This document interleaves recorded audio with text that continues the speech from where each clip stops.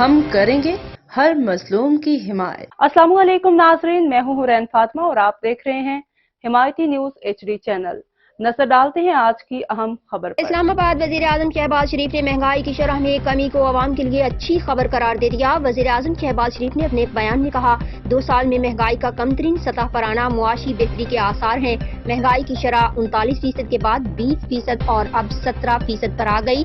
شہباز شریف نے کہا کہ 16 ماہ میں جو محنت کی نگراں حکومت نے جاری رکھا، یہ ثمرات ہیں۔ مہنگائی میں کمی اولین ہدف ہے۔ اللہ کے فضل سے معاشی سرگرمیوں میں تیزی سے عوام کو مزید ریلیف ملے گا۔ پیٹرول کی قیمت میں کمی کا اشارہ دیتے ہوئے انہوں نے کہا کہ پیٹرول کی قیمت میں کمی سے بھی عوام کو ریلیف ملے گا۔ صوبائی حکومتیں اشیاء خوردنوش کی قیمتیں سرکاری نرخوں پر فراہمی یقینی بنائیں۔ مزید خبروں اور اپڈیٹ سے باخبر رہنے کے لیے دیکھتے رہیں حمایتی نیوز HD چینل۔